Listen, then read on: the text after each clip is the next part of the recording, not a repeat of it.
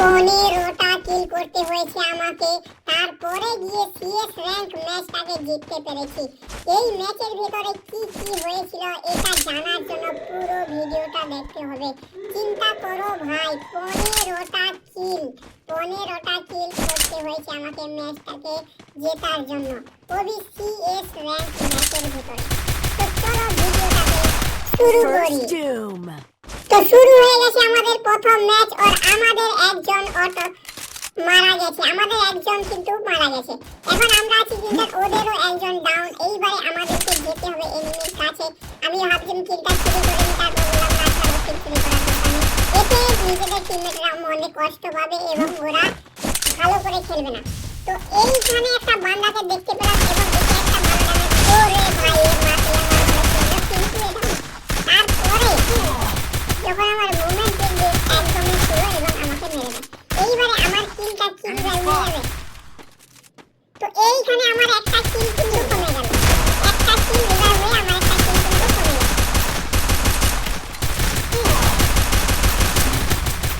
তো এইখানে ওরা ওই যে সাদা বান্দাটা বারবার খালি দুইবার রিভাইভ পেয়েও কিন্তু বেঁচে আছে। তো এইখানে আমরা প্রথম রাউন্ডটা হেরে যাই, এরপরে শুরু হয় দ্বিতীয় রাউন্ড। গেমটা দেখো তারপরে বুঝতে পারবে কতটা কঠিন ছিল এই ম্যাচটা। আমি এটাকে দিয়ে হাততালি দিচ্ছি কারণ এ বেশি ড্যামেজ দেয়নি, এ মনে 45-এর মতো ড্যামেজ দিয়েছে। দেখি কত ড্যামেজ দিয়েছে। Restored EP for everybody. এই জন্য একে আমি হালকা পাতলা একটু ইমোট দেখাচ্ছি, দেখানোর পরে ড্যামেজ দিয়েছে হচ্ছে 15। আচ্ছা, এরপরে আমি চলে যাই দ্বিতীয় রাউন্ডটাকে জেতার জন্য। দ্বিতীয় রাউন্ড জেতার জন্য আমি একটু ঘুরে ফিরে যাচ্ছি, সিধাভাবে আমি যাবো না, কারণ সিধাভাবে গেলে আমার কাছে ভালো গান নেই, আমার কাছে শর্ট রেঞ্জের গান আছে। এই জন্য আমি নিচের দিক থেকে যাবো, এখানে এনিমি ক্যাম্প করবে, পিছন দিক দিয়ে গিয়ে মারতে হবে, এই চিন্তাধারা করে আমি কিন্তু যাচ্ছিলাম। আর এইখানেই এনিমি ক্যাম্প করে, তো আমি একটু বসে যাবো এখানে। হ্যাঁ দেখো এইখানে এনিমি ক্যাম্প করছে,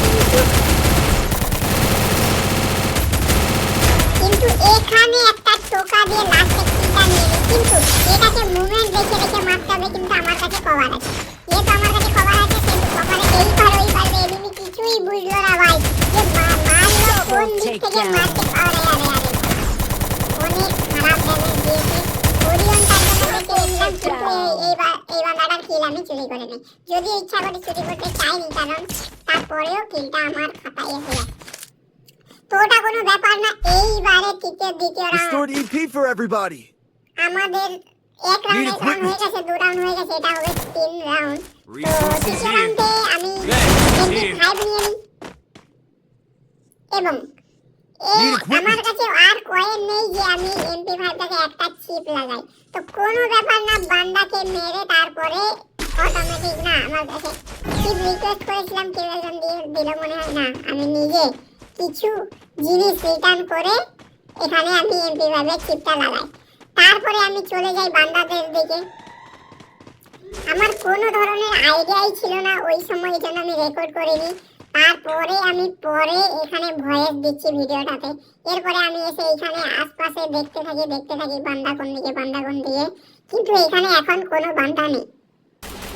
তো লেফট সাইডে বান্দাকে সিধা গেলে হবে না, মেরে দেবে। এই কারণে আমি পিছন দিক দিয়ে ঘুরে যাচ্ছি, যেহেতু বান্দার পিছন দিক দিয়ে গিয়ে মারতে হবে, সামনের দিক দিয়ে যাওয়া যাবে না, কারণ এখানে 2টা বান্দা আছে। তো এইখানে এসে দেখি সামনে একটা বান্দা, এটাকে আরামসে মেরে দিলাম, কিন্তু এই বান্দাটা আমাকে এখনো দেখেনি, লুট করছে। আর এখানে একটা মেরে এটাকে ডাউন করছি। এরপরে আমার গানে অটোমেটিক 2টা চিপ। এইখানে কিন্তু আমি কনফিউজ, একটা বান্দা আছে না 2টা, তো এই জন্য আমি একটা গ্রানাইট মারবো যদি 2টা থাকে, কিন্তু না এখানে একটা ছিল। কিন্তু এখনো আমি কনফিউজ, কেন নিচে বান্দা থাকতে পারে ওইখানে, এখন আমি কনফিউজ যে বান্দা ওইখানে আছে না নেই, সঠিক আমার জানা নেই, ওকে রিভাইভ করছে না করেনি। তো এই জন্য আমাকে 2 দিক দেখতে হচ্ছে। তো ফাইনালি জোন চলে এসেছে, মানে ওখানে বান্দা নেই, আর আমার কিলটা কনফার্ম হয়ে যায়। আমি নিশ্চিত যে এইবারে একটা বান্দা, আমি তো অনাহাসে ওকে মেরে এইবারে কোয়ার্টার কিলটা আমাকে করতে পারে, এটা আমি অনাহাসে করে ফেলবো, কারণ একটা বান্দা থাকলে কোনো অসুবিধা থাকে না। কারণ পাওয়ারফুল বন্দুক আমার কাছে, যথেষ্ট ওর থেকে ভালো বন্দুক তো আমার কাছে আছে, কারণ ও তো অতটা কয়েন পায়নি। তো কোনোভাবেই ভয়ে আসছিল না, যেহেতু ও দেখেছে একটা বান্দা কি করে তিনটে কিল করেছে, এই জন্য ও ভয়ে আসছিল না। আর আমিও কভার দিচ্ছিলাম না। এইবারে যখন কভার দিচ্ছিল, 143-এর আর বান্দা এখানে ফুস। এইখানে আমার প্রথম কোয়ার্টার কিলটা হয়। এরপরে এটা হচ্ছে চতুর্থ রাউন্ড, যেখানে আমরা 2 রাউন্ড Need জিতেছি আর equipment. ওরা Restore জিতেছে EP 1 for রাউন্ড। everybody. তো চতুর্থ রাউন্ডে এই এনিমিগুলারে দেখো আমার সামনে এসে করতেছে। আর এই এনিমিটা কিন্তু অফলাইন চলে গেছে মনে হয়, দেখি, হ্যাঁ এর নেট চলে গেছে। আর এতগুলো কিল করার জন্য এটাই দরকার যে কোনো একটা এনিমি যদি অফলাইন থাকে তাহলেই বেশি কিল হয়। এটা কিন্তু বাস্তব। তোমরা যদি অনেক বেশি কিল করতে চাও তাহলে একটা এনিমিকে অফলাইন করতে হবে এবং তোমাকে অনেক ভালো খেলতে হবে, তাহলেই একটা 10টার উপরে কিল করা অনেক সহজ হয় একটু। কিন্তু 15টা কিল 16টা কিল হতো আমার এখানে একটাকে ডাউন করেছি, কিন্তু কিল আমি পাবো না এটা আমি ভালোভাবে জানি, কারণ এত দূর থেকে যেতে যেতে রিভাইভ হয়ে যাবে, কারণ গেমে রিভাইভ করার যে ষড়যন্ত্রগুলো দিয়েছে এ কারণে আমার কিলটা রিভাইভ হচ্ছে, কিন্তু আমি দেখছি আমার চোখের সামনে হচ্ছে, কিন্তু এরপরে আমি জানি উঠেও মারবো। তো এইবারে ওকে ডাউন করেছি, এইবারে আবার ওকে রিভাইভ করতে এসছে, কিন্তু গ্রানাইট অতদূর যাবে কি আমার মনে হয় যাবেনি, তাও একবার ট্রাই করলাম, তো যাইনি, ওপরেই ফেটে গেছে। তো ততক্ষণে রিভাইভ হয়ে গেছে। আমাদের বট একটা তো অফলাইন আর একটা প্রথমেই মরে গেছে। তো এইখানে এই বান্দাটা দুই দুবার রিভাইভ হয়েছে, ও কত আর মেডি আছে ওর কাছে। তো এরপরে এই বান্দাকে মারা অনেক কষ্ট, কারণ ওর কাছে কভার আছে, কিন্তু কোনো ব্যাপার না, এটাকে মেরে দিলাম। এবার একটা মেডি মারতে হবে, যেহেতু একটা বান্দা আছে সেহেতু আমি ভেবেছিলাম ওনা হাতে এই বান্দাটাকে মেরে ফেলবো, কিন্তু এইখানে গিয়ে দেখি বান্দাটা কি করে। এখানে এর কাছে উইনচেস্টার গান ছিল ভাই, এই গানটা অনেক বেশি পাওয়ারফুল, এই গানটা দিয়ে যদি মারে। তো আমি দেখলাম যে আমার 100-এর উপরে হেলথ ছিল, তারপরে আমি হঠাৎ করে কি করে চলে গেলাম। এটা হচ্ছে এই গানটার কামাল। এই গানটা উইনচেস্টার গানটা অনেক বেশি ড্যামেজ দেয়। Need equipment. Restore EP for everybody. প্রথমে দিয়ে দিবে 50 ড্যামেজ, তারপরে 60 দেবে, এর করে 110 ড্যামেজ দিয়ে দেয় একই শটে। তো এই শটে দুটা গুলি বেরোয়। তো এইখানে আমি মারা যাই ওই বান্দাটা। আগের রাউন্ডে কিন্তু ওই বান্দাটা বেঁচেছিল, আমি বেঁচেছিলাম, যেহেতু আমার কাছে পাওয়ারফুল গান ছিল, তো আমি ওকে মেরে দিই। এই রাউন্ডে ওর কাছে পাওয়ারফুল গান ছিল, এখানে ও আমাকে মেরে দেয়। কোনো ব্যাপার না, আমি কোনো চিন্তা করিনি, কারণ রাউন্ড বাড়লেই ভালো বেশি কিল করা যায়। কিন্তু একটা টেনশন ছিল যে আমাদের একটা বান্দা কিন্তু অফলাইন, ওটাকে নিয়ে আমি একটু বেশি চিন্তিত ছিলাম। ম্যাচ জিততে পারবো কি পারবো না এটাও একটু ভাবছিলাম, কারণ বেশি কিলটা ব্যাপার না, ম্যাচ জিততেও হয়। কিন্তু এইখানে দেখো, এইখানে একটা কিপ্টি ঘুরে যায়। আসলে বান্দাটা কোথায় আমি খুঁজে পাচ্ছিলাম না, কিন্তু বান্দাটা কোন দিক থেকে মারলো, কিন্তু বান্দাটার কাছেই আমি চলে গেছি একদম। আচ্ছা, Double এই takedown. বান্দাটা ওদের মানে গানটা অনেক পাওয়ারফুল, তারপরে তাতে সাইলেন্সার লাগানো আছে এবং আইকিউ অনেক বেশি। সে একদম জোনের পাশে গিয়ে খেলছে, Time to get some pizza and regroup. যেখানে আমরা চিন্তার বাইরে ছিলাম যে ওইখানে বান্দা আসতে পারে। Restore EP for everybody. ওখান দিয়ে ও মেরেছে।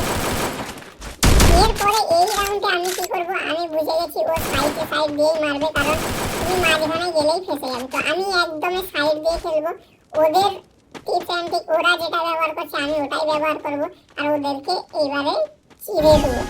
তো এই চিন্তাধারা নিয়ে আমি যাচ্ছি, আবার জোনে সাইডে চলে যাব,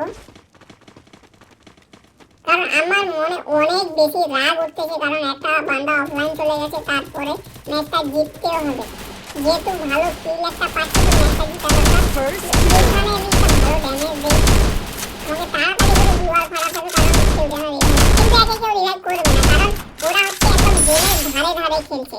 এই মাঝখানে একটু রাশ দিয়েছিল, একে রিভাইভ করবে না, এটা আমি ভেবেই নিয়েছিলাম। ওরা থাকবে ওপরে, হ্যাঁ এইখানে আরে ভাই আরে ভাই আরে ভাই, অত পেছে থাকবে আমি তাও চিন্তা করতে পারিনি। আমি জানি টাওয়ারের উপরে থাকবে, কিন্তু অত পেছনে কিভাবে অত পেছনে থাকবে আমি চিন্তা করতে পারিনি, যে কারণে যাক একটুর জন্য আমি বেঁচে গেলাম।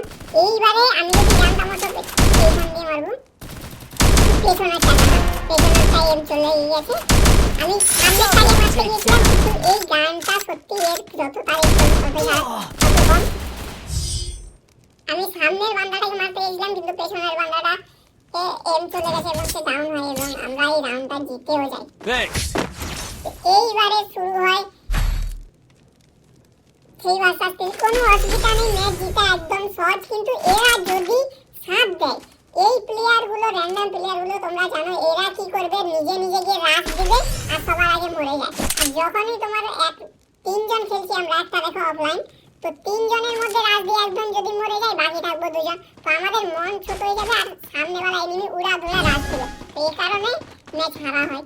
তো একটা বান্দা আছে যে পাওয়ারফুল গানটা দিয়ে এই সাইডে জোনের ধারে আসবে, এটা আমি ভালো করে জানি, তো এই কারণে আমি এদিকে চলে এসেছি। এবার আমি ভেতরে যাব এবং বেরোবো। হ্যাঁ, এই দেখো ওই বান্দা, আমি জানতাম ও আসবে, কারণ এর অভ্যাসটা এরকম Doom. যে লুকিয়ে ছেপে মারা। এটা এই বান্দাটাকে জিতে তো আমি 100% তো না 90% কনফার্ম কি এই ম্যাচটা আমি জিতে যাবো, কারণ যেই বান্দাটা ওদের জিতানোর মতো সব থেকে বেশি ভালো খেলছিল ওই বান্দাটাকে প্রথমেই আমি মেরে দিয়েছি। তো কিন্তু এখানে কেস আলাদা হয়, এইখানে যে কোনো টিমমেট আমাদের সঙ্গে নেই, সব র্যান্ডম বান্দা আলাদা আলাদা, কে কোথায় আছে একদম তো জোনের ধারেই আছে, তো আর একজন ওইদিকে, মানে কাউকে মারলে কেউ রিভাইভ দেওয়ার মতো কোনো পজিশনেই নাই। তো এই কোণে কি বান্দা আছে, না এইখানে বান্দা নেই, কিন্তু আমার কেন জানি মনে ছিল এই কোণে একটা বান্দা আছে। নিচে বান্দাটা এসেছিল কিন্তু আমি গেম প্লে করার সময় অত ধ্যান দিতে পারিনি, এই নিচে বান্দাটা এসে আবার চলে গেছে উপরে দিয়ে। Follow me. এইবারে আমি বুঝতে পারি যে এখানে বান্দা আছে, তো আমি এখানেই থাকি। Enemy spotted.